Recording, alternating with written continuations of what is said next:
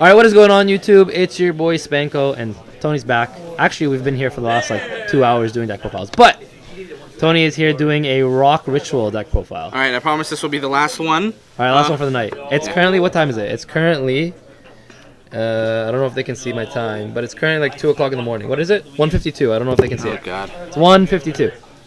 Well, I got nothing better to do with my life, so why not? All right, let's get into the profile. Okay. 40 cards? Yes. Okay, beautiful. So, Rock Ritual, specifically Megaliths, they came out in Ignition Assault, thought they were really good, and I realized they were really good, except for the fact that I then had to read about the Pebble Ruling. Yeah. And I'll get into that after I do the profile, but even with that, the deck is still pretty fun to play. And the artwork's gorgeous. Okay, so let's get into it. So, one of the nice things I loved about this deck is that literally they have probably the most consistent typing, attribute, and combination in existence. They're rituals, earths, and rocks, which gives you access to pretty much every consistency searcher card under the sun right now. Okay. So starting off, we have the 3 Megalith Ophiel. Yep. All the Megalith monsters have a very unique gimmick where the level 4s can let you ritual summon using itself and anything to summon a ritual from your hand. Yep. So, and they also have an effect where when they're ritual summoned, they do something. Ophiel, when it's ritual summon, will let you search for a Megalith card. Yep. It again has the ritual summon effect where you could ritual summon one card from your hand by using it and then something from your hand or field.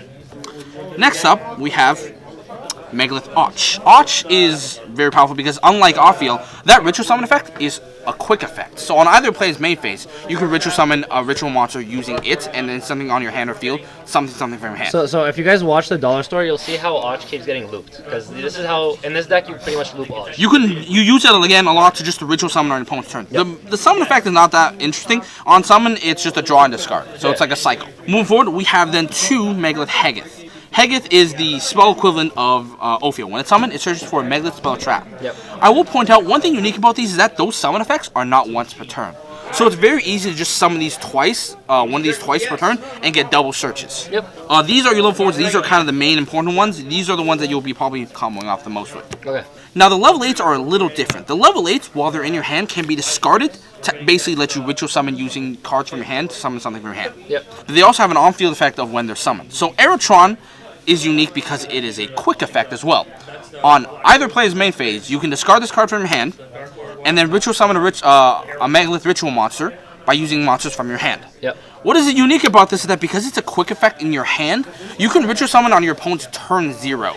Yeah, you showed me that, but then you neg 5. You neg 5 on it, but it is a hilarious combo. We can do it, yeah. I'll show what happens when you do that, but the idea behind this is that all these level 8s are never dead in your hand because you can use them as ritual spells. Yep. They're on-field effects where Aerotron's effect lets you, it's essentially target protection. When your opponent targets a card you control, you shuffle back a ritual monster to negate the activation of the effect. Yep. Bethor is kind of more aggressive where when he's summoned, you target cards on the field equal to the number of ritual monsters with different names in your graveyard and destroy them.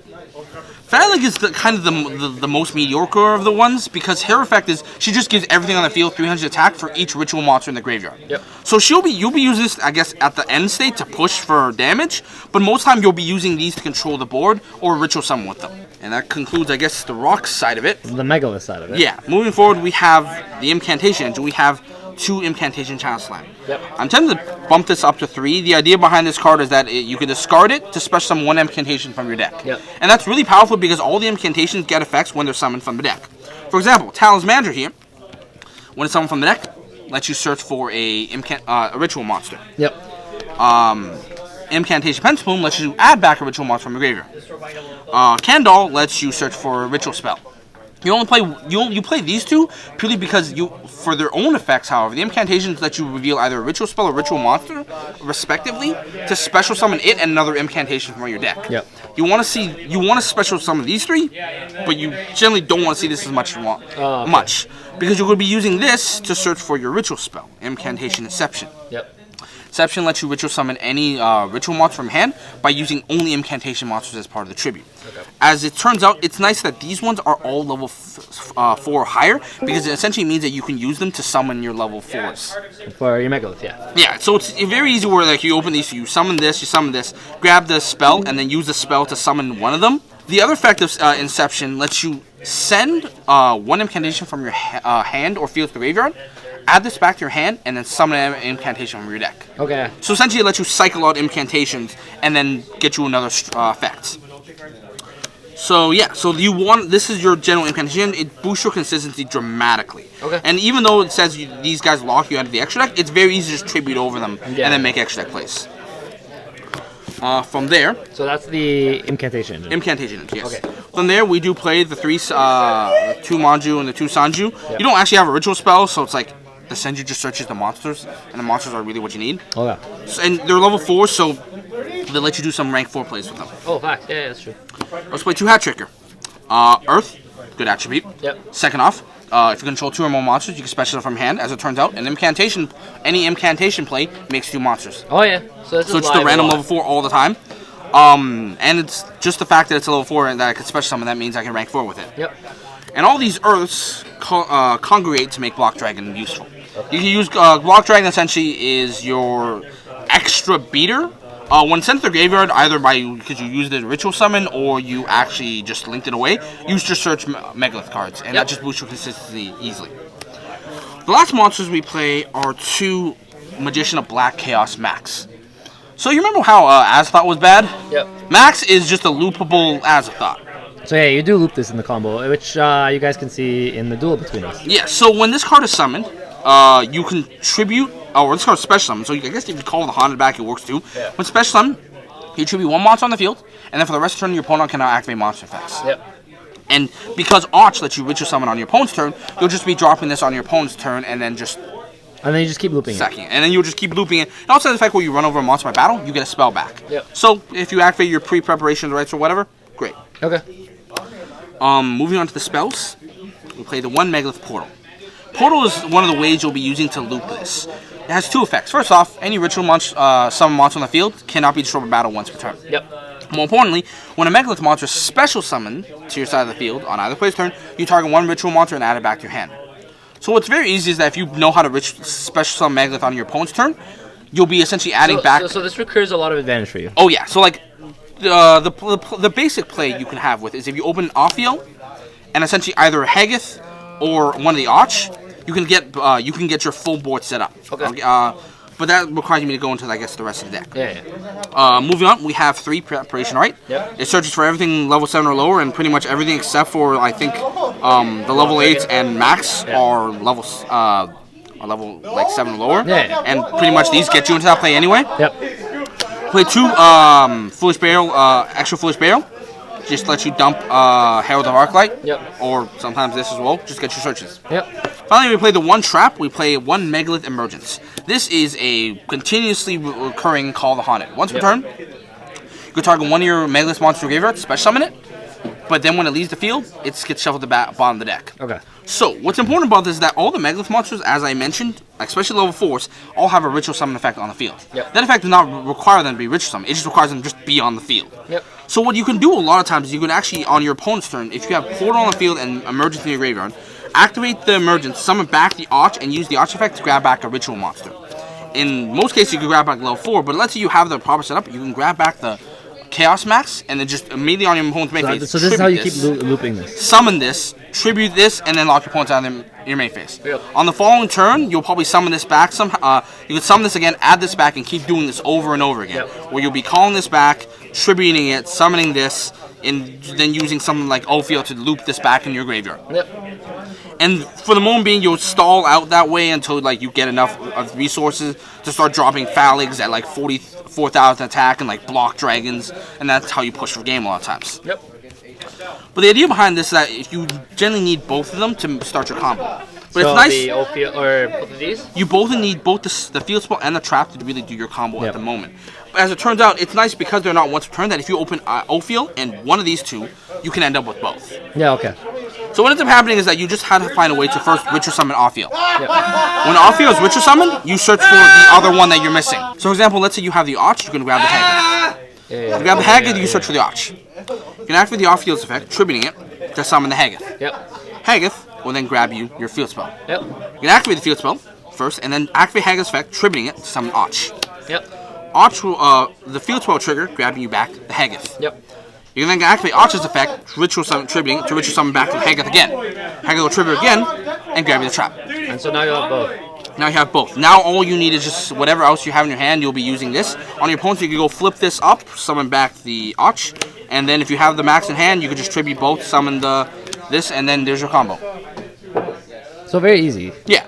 And then moving from there, in following turns, you'll probably find a way to ritual summon this again, and then add this back to hand. Yeah. So that's how you keep looping everything. Yeah. All right. So do you want to show us an extra deck real quick? Oh, right, the extra. It's not really like super important. In this specific deck, it's not really that important because you don't go into it as much. But I know you go into the Gallant. You do. So, yeah, so you play you first play these. These are your essential searchers. You can dump this off of the extra foolish. This lets you pop card. This lets you search. Go second. You play the one Diagonal Emerald. Punch back pieces. Why not? You can make it. Yeah. The one Exaton. Fun fact: because you don't actually have a ritual spell in this deck, a lot of times you can side in anti-magic arrows. Activate anti-magic arrows, still rich to get 2 level 4s or more, and make this, and then just nuke the board. Yep. You play 2 Gallon Granite. You probably won't make 2 Gallon Granite, but I didn't have anything else to put in this extra deck. You require 2 level 4s, so essentially this and a Megalith, or like this and a Hat Tricker. Yeah. And what's the effect? And the effect essentially that you detach one, search for a rock monster. You'll be using this to realistically search for your block dragon. Yep. The play goes that you'll be summoning this first, detach the effect, grab the block dragon, then you link this away to summon out a gravity controller to get an extra earth in the grave to banish off of for block golem or block dragon. Then you banish it along with whatever else to summon the block dragon and link these two away to make your cross sheet. Yep.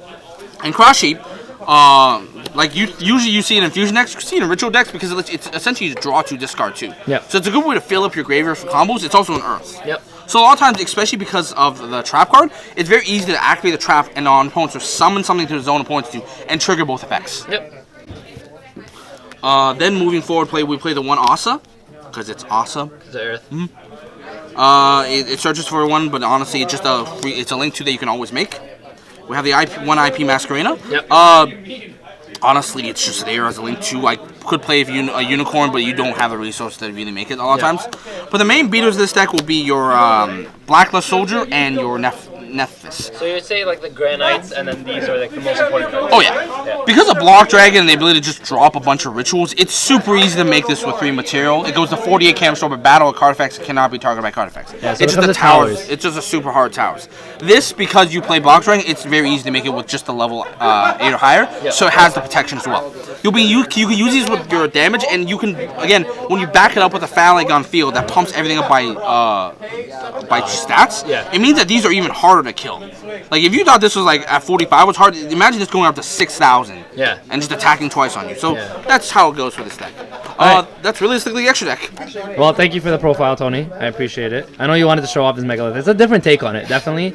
But I think it's a really cool like loop that you can do with this. Before we go, I will now mention the Pebble Ruling. Oh yes, you did say you were going to mention that. So a lot of these Megalith rituals have the wording that lets you say you can tribute monsters from your hand or field whose level is equal or exceed the level of monster you're assigned to summon. Yep. So a lot of people kind of mistake on what that means. What it means is that you can tribute monster from your hand or field such that you would meet the requirements and only meet the requirements for the ritual summon. Yep. So example, let's say I have a level 4 or I have 3 level 4s on the field. Yep.